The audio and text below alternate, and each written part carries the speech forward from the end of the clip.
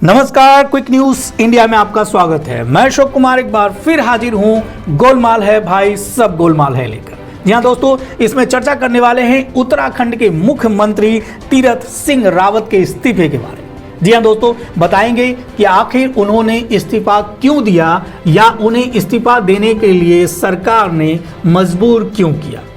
संवैधानिक कारण की आड़ लेकर सरकार बचती हुई नजर आ रही है और मुख्यमंत्री ने भी कहा कि वो संवैधानिक कारणों की वजह से इस्तीफा दे रहे हैं, लेकिन वजह कुछ और ही है।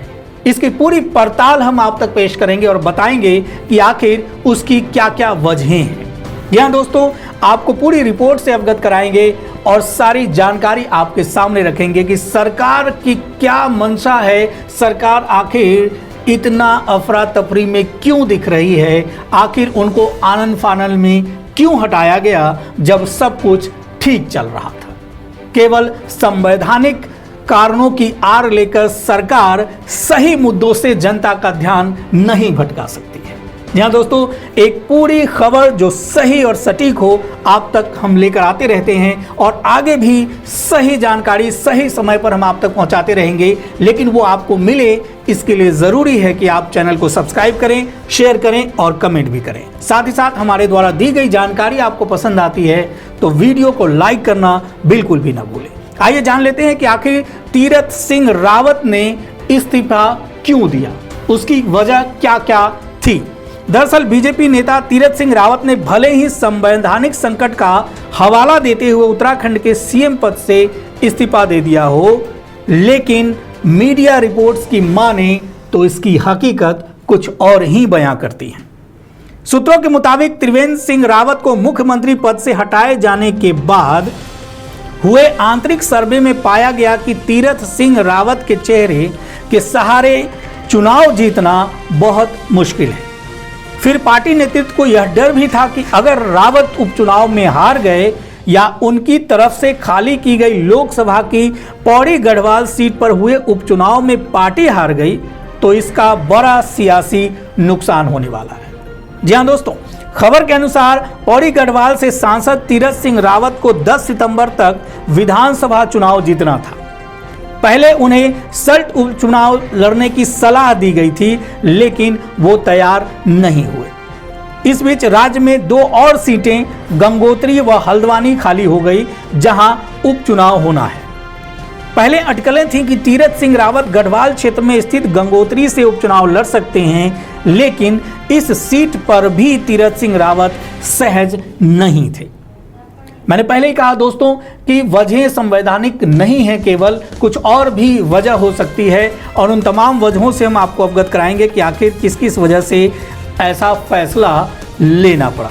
हालांकि कुछ पर्यवेक्षकों का कहना है ये भी था कि राज्य विधानसभा के कार्यकाल का 1 साल से भी कम समय बचा है और मुमकिन है कि निर्वाचन आयोग उत्तराखंड की रिक्त सीटों पर उपचुनाव कराने का कोई आदेश ही ना दे।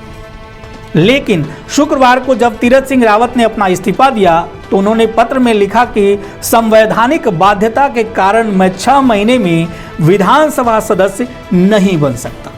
ऐसे में मैं नहीं चाहता कि पार्टी के सामने कोई संकट उत्पन्न हो, इसलिए मैं सीएम पद से इस्तीफा दे रहा हूं। हालांकि अपने इस्तीफे से पहले 22,000 करोड़ के कोविड पैकेज और 22,000 नौकरियों की घोषणा कर तीरथ सिंह रावत ने सबको चौंका दिया। जैसा दोस्तों मैंने आपको बताया था कि संविधान के अनुसार जो है कोई भी व्यक्ति जो मुख्यमंत्री पद पर है उसको 6 महीने के अंदर विधायक बनना होता है, यानी विधानमंडल या विधानसभा का सदस्य होना होता है, निर्वाचित होना होता है। लेकिन चूंकि तीरथ सिंह रावत सांसद थे और किसी विधानसभा या विधानमंडल का सदस्य नहीं थे, इसलिए 6 महीने के अंदर उनको साबित करना था, लेकिन वो चुनाव नहीं लड़ पाए थे। इसका अंदेशा था कि शायद आगे भी वो नहीं लड़ पाए या जीत न पाए। तो कई वजहें हैं जो परत दर परत हम आपके सामने रखेंगे और बताएंगे आपको कि आखिर इसके पीछे की हकीकत क्या है।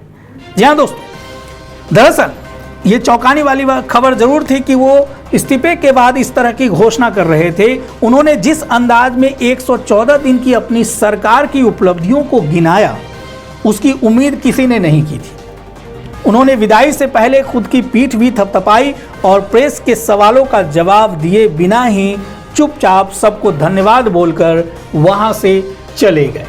यानी आप सोच सकते हैं कि उनकी मानसिक स्थिति भी कुछ अलग ही नजर आती है। यानी केवल संवैधानिक कारण ही नहीं बल्कि इसके पीछे कई और राज छुपे हैं और वैसे राज जो धीरे धीरे आपके सामने आते जाएंगे।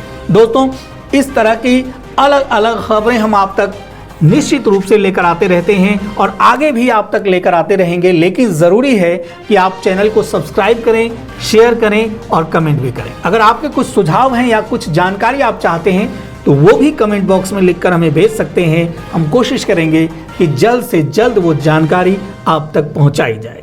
जी हाँ दोस्तों, सब गोलमाल है भाई, सब गोलमाल में अभी के लिए इतना ही। एक बार फिर नई खबर के साथ मैं आपके सामने उपस्थित होऊंगा। तब तक के लिए आपका बहुत बहुत धन्यवाद। जय हिंद, जय भारत।